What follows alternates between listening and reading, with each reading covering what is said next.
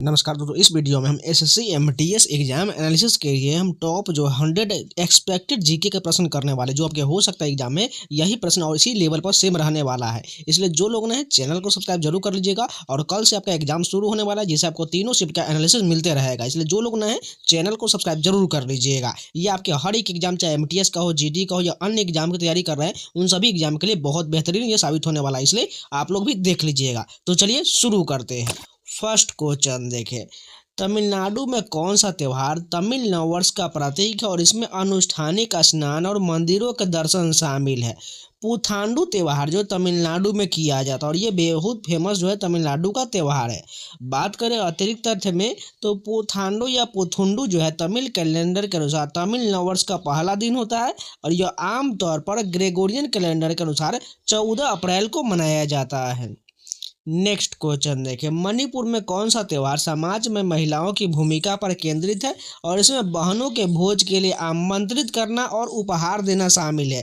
निंगोल चोंगबो त्योहार जो है मणिपुर का ये त्योहार है।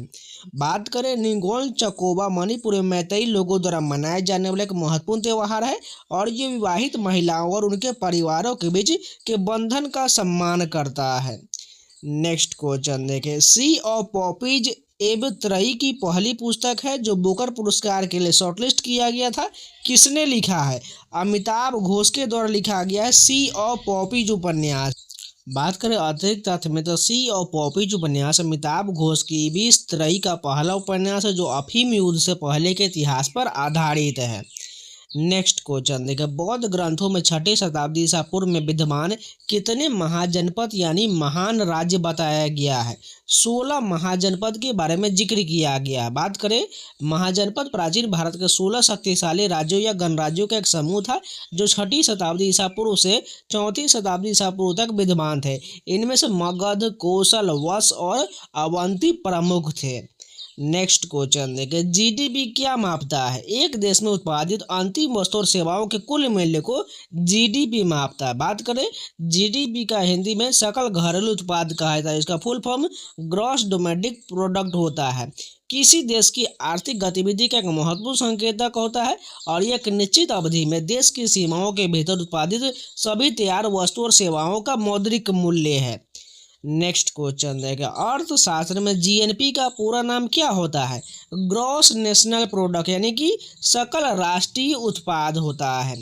जीएनपी जो सकल राष्ट्रीय उत्पाद किसी देश के नागरिकों द्वारा एक निश्चित अवधि में उत्पादित सभी तैयार वस्तुओं और सेवाओं का कुल मूल्य है, चाहे वह कहीं भी स्थित हो। इसमें विदेशों से प्राप्त आय भी शामिल होता है। नेक्स्ट क्वेश्चन देखिए, कौन सा पठारी क्षेत्र भारत में खनिज का हृदय स्थल या खनिजों का भंडार के रूप में जाना जाता है? छोटा नागपुर पठार को जो है भारत में खनिज का हृदय स्थल या खनिजों का भंडार के रूप में जाना जाता है। छोटा नागपुर पठार खनिज संसाधन जैसे कोयला, लौह अयस्क, बॉक्साइट और मीका के प्रचुर भंडार के कारण भारत का रूर के नाम से भी जाना जाता है।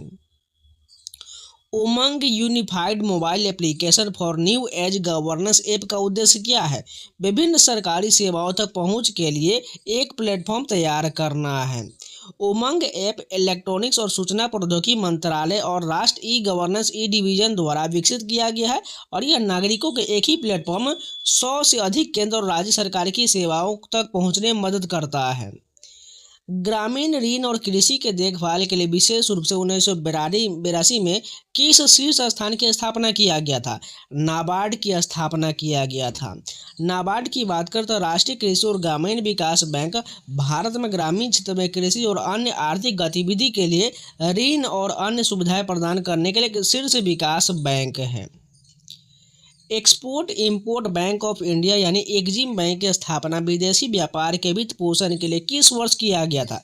1982 में एक्जिम बैंक की स्थापना किया गया था। बात करें एक्जिम बैंक भारत में निर्यात और आयात को बढ़ावा देने के लिए एक वित्तीय सहायता प्रदान करता है।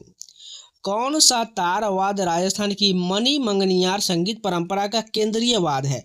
कमायचा है। कमायचा राजस्थान की मंगनियार समुदाय का एक झुका हुआ तार वाला वाद्य यंत्र है जो सारंगी जैसा दिखता है और उनकी लोक संगीत परंपरा में महत्वपूर्ण भूमिका निभाता है। डोकलाम पठार जहां पहले सैन्य तनाव रहा है, किन तीन देशों की संधि स्थल के पास है? भारत, भूटान और चीन के पास है। डोकलाम भारत, चीन और भूटान के ट्राई जंक्शन पर स्थित एक विवादित क्षेत्र है जहां 2017 में भारत और चीन के बीच सैन्य गतिरोध हुआ था। दिए गए रीटों में से किसका शाब्दिक अर्थ है आदेश, अर्थात किसी व्यक्ति को अपने कर्तव्य का पालन करने के लिए आदेश देना होता है। मैंडेमस का अर्थ हो जाए किसी के लिए आदेश देना। बात करें मैंडेमस यानी परमादेश, एक न्यायिक रीट है जो एक सार्वजनिक प्राधिकरण को अपने कानूनी कर्तव्य का पालन करने के लिए आदेश देता है। नेक्स्ट क्वेश्चन देखिए, साहित्य, विज्ञान, कला और सामाजिक सेवा के ज्ञान वाले 12 सदस्य सीधे राष्ट्रपति द्वारा निम्नलिखित में से किस सदन के लिए चुने जाते हैं? राज्यसभा के लिए चुने जाते हैं।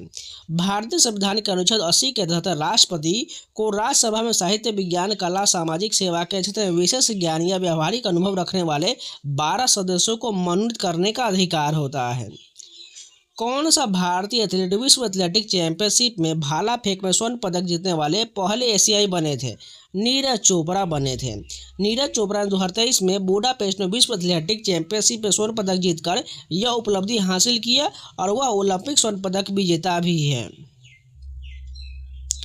2025 में किस युवा भारतीय तोलक ने राष्ट्रमंडल भारत चैंपियनशिप में जूनियर पुरुषों के 88 किलोग्राम वर्ग में स्वर्ण पदक जीता और नए जूनियर रिकॉर्ड स्थापित किया है?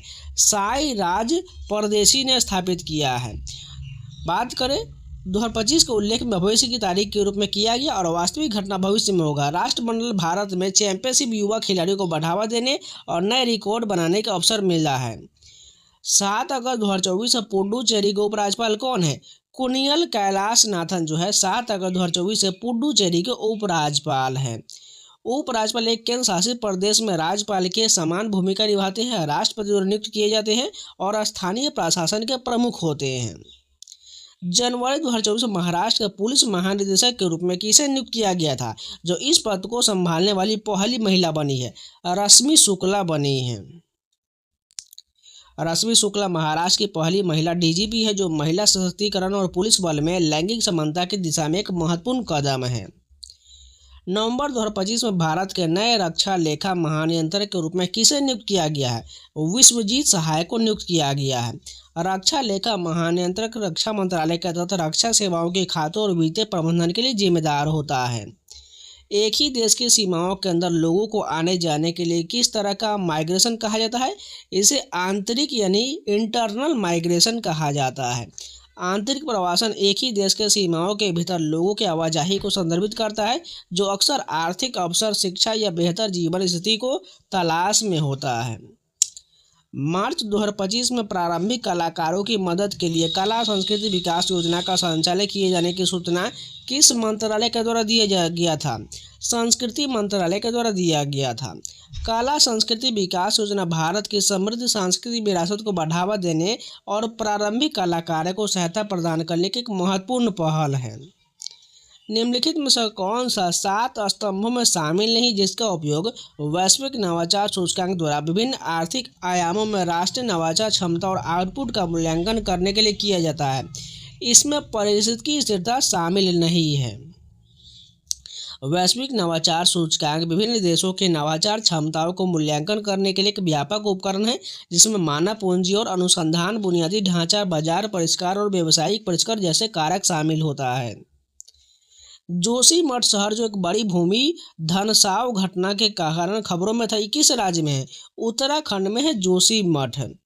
जोशीमठ उत्तराखंड में चमोली जिले में स्थित और हाल के वर्षों में भूस्खलन और भूमि धसाव के घटनाओं के कारण चर्चा में रहा, जिसमें कई घर और इमारतों को नुकसान पहुंचा है। पाल वंश जिसने बंगाल और बिहार पर शासन किया था के संस्थापक कौन था? गोपाल था।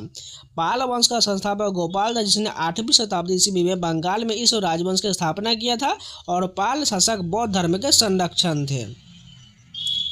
तुंगभद्रा नदी के तट पर विजयनगर साम्राज्य की स्थापना किसने किया था?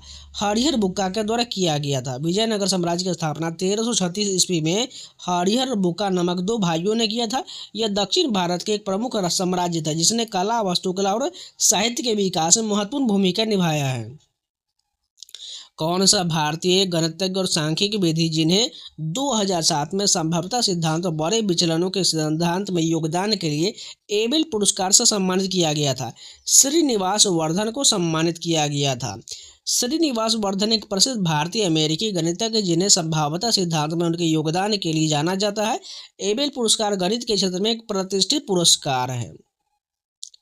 संविधान के किस भाग में सिविल सेवाओं से संबंधित प्रावधान शामिल है, जिसमें सरकारी कर्मचारियों की भर्ती और सेवा की शर्तें शामिल है? भाग 14 में शामिल है। भारतीय संविधान का भाग 14 यानी अनुच्छेद 308 से 323 संघ और राज्यों के अधीन सेवाओं से संबंधित है, जिसमें सिविल सेवाओं के लिए भर्ती, सेवा की शर्त और लोक सेवा आयोग शामिल है। नेशनल सोशल असिस्टेंस प्रोग्राम निम्नलिखित में से किस समूह को सामाजिक सुरक्षा प्रदान करता है? बुजुर्ग व्यक्ति, विधवा और विकलांग व्यक्तियों के लिए सुरक्षा प्रदान करता है। राष्ट्रीय सामाजिक सहायता कार्यक्रम NSAP भारत सरकार की कल्याणकारी योजना है जो गरीब परिवारों को, बुजुर्ग व्यक्ति, विधवा और विकलांग व्यक्तियों को वित्तीय सहायता प्रदान करता है। 1946 में किस ब्रिटिश मिशन ने एक संविधान सभा और एक अंतरिम सरकार के गठन का प्रस्ताव रखा था? कैबिनेट मिशन ने रखा था। कैबिनेट मिशन 1946 में ब्रिटिश सरकार द्वारा भारत भेजा गया था ताकि भारत के लिए एक संविधान निर्माण और एक अंतरिम सरकार के गठन के लिए एक योजना तैयार की जा सके। वह ब्याज दर जिस पर RBI वाणिज्यिक बैंकों से पैसा उधार लेते उसे क्या कहा जाता है? इसे रिवर्स रेपो रेट कहा जाता है।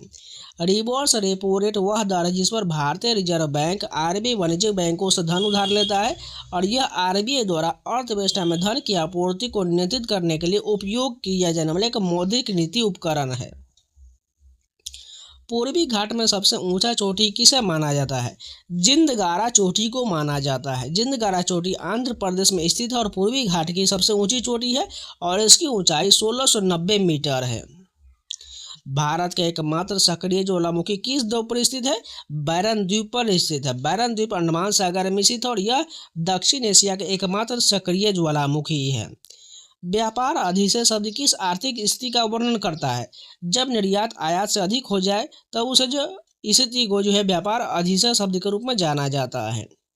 व्यापार अधिशेष तब होता है जब किसी देश का निर्यात उसके आयात से अधिक होता है, जिसके परिणाम स्वरूप व्यापार संतुलन सकारात्मक होता है और यह अक्सर एक मजबूत अर्थव्यवस्था और प्रतिस्पर्धी उद्योग का संकेत होता है। कश्मीर में पाई जाने वाली कडेबा मृदा संरचना किस फसल खेती के लिए प्रसिद्ध है? केसर की खेती के लिए प्रसिद्ध है। कडेबा कश्मीर घाटी में पाई जाने वाली विशेष प्रकार की झील जमा मिट्टी है जो केसर की खेती के लिए आदर्श है। कश्मीर का केसर अपनी उच्च गुणवत्ता और सुगंध के लिए विश्व प्रसिद्ध है। छोलिया नृत्य प्रारंभिक रूप से किस भारतीय राज संबंध जिसे विवाह और शुभ अवसर पर एक मार्शल शैली के नृत्य के रूप में किया गया है? उत्तराखंड से संबंधित है छोलिया नृत्य। छोलिया उत्तराखंड के कुमाऊं क्षेत्र का पारंपरिक मार्शल लोक नृत्य है और यह तलवार और ढोल के साथ किया जाता है और अक्सर विवाह और शुभ अवसर पर प्रदर्शित किया जाता है। ओशा का कौन सा क्लासिकल डांस जटिल हाव भाव अभिव्यक्ति और अभिव्यक्त प्रदर्शन में कहानी कहने के माध्यम से कृष्ण लीला के चित्रण के लिए प्रसिद्ध है? ओडिसी प्रसिद्ध है। ओडिसी ओडिशा के एक शास्त्रीय नृत्य रूप है जो अपनी सुंदरता, कोमलता और कृष्ण लीला के भक्तिपूर्ण चित्रण के लिए जाना जाता है। 1947 के बाद भारत में रियासतों का एकीकरण के लिए मुख्य रूप से कौन सा नेता जिम्मेदार था? सरदार वल्लभ भाई पटेल जिम्मेदार थे। सरदार वल्लभ भाई पटेल जिन्हें भारत के लौह पुरुष के रूप में जाना जाता है, स्वतंत्रता के बाद भारत में 560 से अधिक रियासतों को एकीकृत करने में महत्वपूर्ण भूमिका निभाए थे। भारतीय राष्ट्रीय कांग्रेस के अध्यक्ष बनने वाले पहले ब्रिटिश व्यक्ति कौन थे? जॉर्ज यूल थे। जॉर्ज यूल भारतीय राष्ट्रीय कांग्रेस के चौथे अध्यक्ष थे जिन्होंने 1888 में इलाहाबाद अधिवेशन की अध्यक्षता किए थे। भारत सरकार ने किस वर्ष 14 प्रमुख वाणिज्य बैंकों का राष्ट्रीयकरण किया था? 1969 में किया गया था। 1969 में इंदिरा गांधी सरकार द्वारा 14 प्रमुख वाणिज्य बैंकों का राष्ट्रीयकरण किया गया था, जिसका उद्देश्य बैंकिंग क्षेत्र को सामाजिक नियंत्रण में लाना और प्राथमिकता वाले क्षेत्रों को ऋण उपलब्ध कराना था।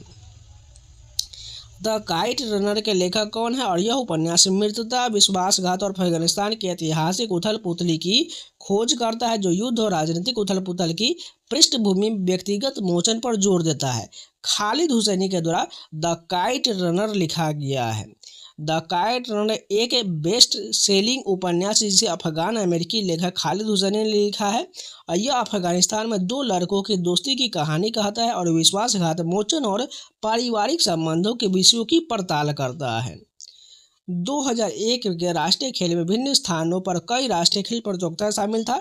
2001 में किस राज्य ने राष्ट्रीय खेल की मेजबानी किया था? पंजाब के द्वारा किया गया था। राष्ट्रीय खेल भारत में एक बहु खेल आयोजन है जो देश के विभिन्न राज्यों में आयोजित होता है और यह भारतीय एथलीटों को अपनी प्रतिभा दिखाने का अवसर प्रदान करता है। नागरिकता संशोधन अधिनियम 2019 किन तीन देशों के अल्पसंख्यक को भारतीय नागरिकता के लिए त्वरित रास्ता प्रदान करना चाहता है? अफगानिस्तान, बांग्लादेश और पाकिस्तान को प्रदान करता है। नागरिकता संशोधन अधिनियम 2019 एक विवादास्पद कानून है जिसका उद्देश्य पाकिस्तान, बांग्लादेश और अफगानिस्तान से धार्मिक उत्पीड़न के कारण भारत आए हिंदू, सिख, बौद्ध, जैन, पारसी, ईसाई अल्पसंख्यक को भारतीय नागरिकता प्रदान करना है। राजा चलैया समिति को किस विशिष्ट क्षेत्र में सुधार की सिफारिश करने के लिए नियुक्त किया गया था? कर ढांचा में सुधार के लिए नियुक्त किया गया था। राजा चलैया समिति का गठन 1991 में भारत में कर सुधारों को सुझाव देने के लिए किया गया, जिसका उद्देश्य कर प्रणाली को सरल बनाना, राजस्व बढ़ाना और आर्थिक दक्षता में सुधार करना था। निम्नलिखित में से कौन सा खनिज अधातु के रूप में वर्गीकृत है? अभ्रक जो अधातु के रूप में वर्गीकृत है। अभ्रक एक अधातु खनिज जो अपनी उत्कृष्ट विद्युत इंसुलेट गुणों और गर्मी प्रतिरोध के लिए जाना जाता है, जिसका उपयोग अक्सर इलेक्ट्रॉनिक्स और निर्माण उद्योग में किया जाता है। 2 फरवरी 2025 को मनाया गया विश्व आर्द्रभूमि दिवस का आधिकारिक विषय क्या था? हमारे सामान्य भविष्य के लिए आर्द्रभूमि की रक्षा के साथ मनाया गया था।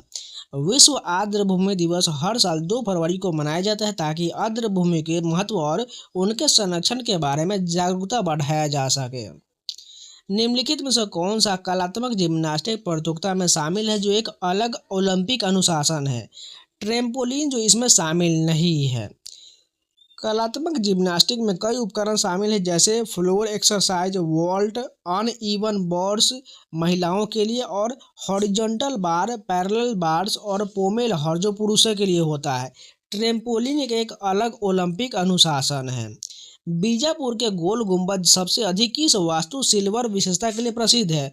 विशाल गुंबद और फुसफुसाने वाली गैलरी के लिए प्रसिद्ध है। गोल गुंबद बीजापुर के सुल्तान मोहम्मद आदिल शाह का मकबरा है। यह अपने विशाल गुंबद और फुसफुसाने वाली गैलरी के लिए प्रसिद्ध है, जहां एक छोर पर फुसफुसाने वाली आवाज़ दूसरे छोर पर स्पष्ट रूप से सुनी जा सकती है। फेंसिंग में रिपोस्ट किस क्रिया को संदर्भित करता है जो प्राथमिक हासिल करके और स्कोर करने का प्रयास करने के लिए एक सफल रक्षात्मक पैरी के बाद किया जाता है? रक्षा के बाद जवाबी हमला को संदर्भित करता है।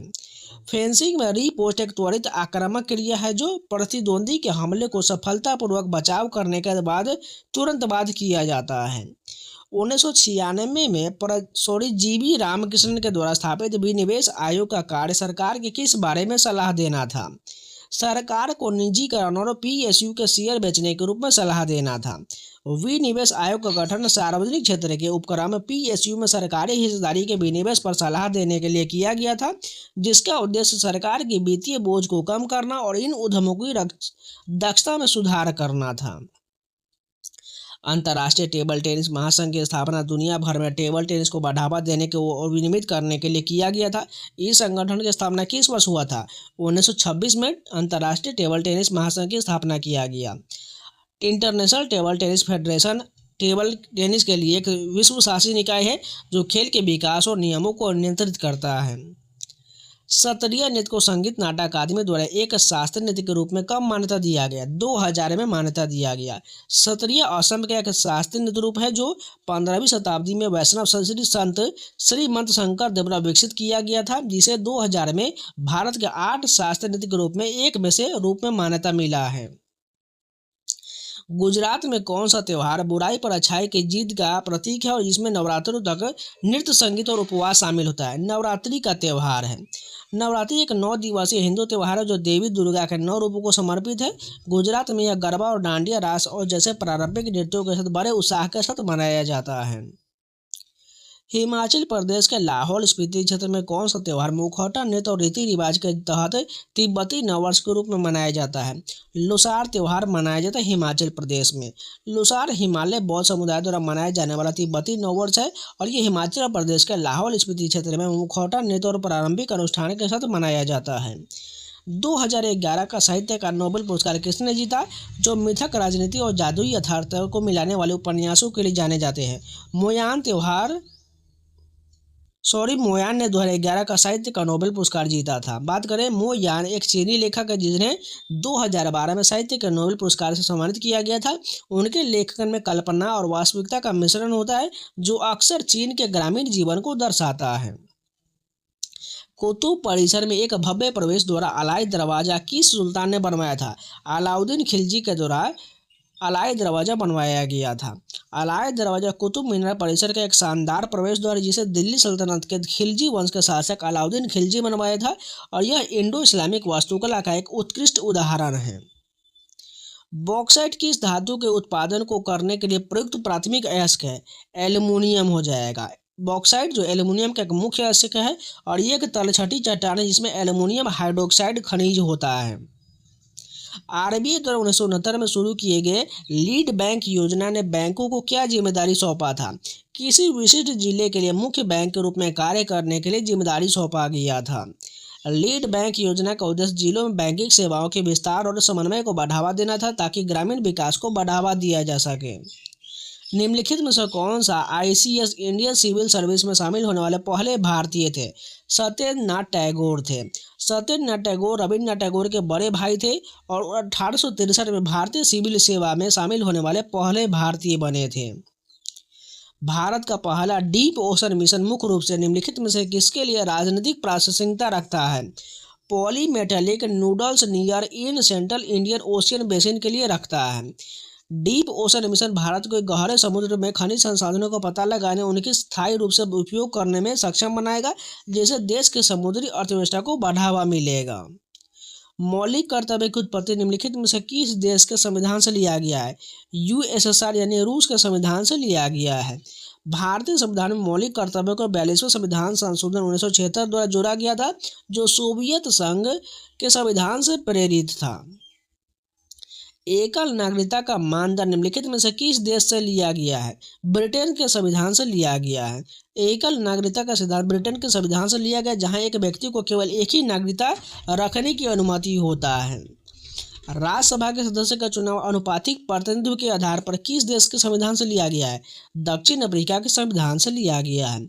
राज्यसभा के सदस्यों का चुनाव अनुपातिक प्रतिनिधित्व प्रणाली के माध्यम से किया जाता है जिसका सिद्धांत जो है दक्षिण अफ्रीका के संविधान से लिया गया है। विधानसभा के प्रति मंत्रिपरिषद की सामूहिक जिम्मेदारी किस में कहा गया है? आर्टिकल 164(2) में कहा गया है। भारतीय संविधान का अनुच्छेद 164(2) स्पष्ट करता है कि राज्य में मंत्रिपरिषद सामूहिक रूप से राज्य विधानसभा के प्रति जवाबदेह होता है। जब राज्यसभा अनुच्छेद 249 के तहत एक प्रस्ताव पारित करता है तो कानून बनाने की संसद की शक्ति कितने समय के लिए मान्य रहता है? 1 वर्ष तक के लिए मान्य रहता है। अनुच्छेद 249 राज्यसभा को राज्य सूची के किसी भी विषय पर कानून बनाने के लिए संसद को सशक्त बनाने का अधिकार देता है लेकिन यह शक्ति केवल 1 वर्ष के लिए वैध होता है और इसे बार बार बढ़ाया जा सकता है। भारत के किस प्रधानमंत्री ने 1954 में चीन के साथ पंचशील समझौता पेश किया था? जवाहरलाल नेहरू ने पेश किया था। पंचशील समझौता भारत और चीन के बीच शांतिपूर्ण सह अस्तित्व के 5 सिद्धांतों पर आधारित था जिसे 1954 में प्रधानमंत्री जवाहरलाल नेहरू और चीनी प्रीमियर झोउ एनलाई ने प्रस्तुत किया था।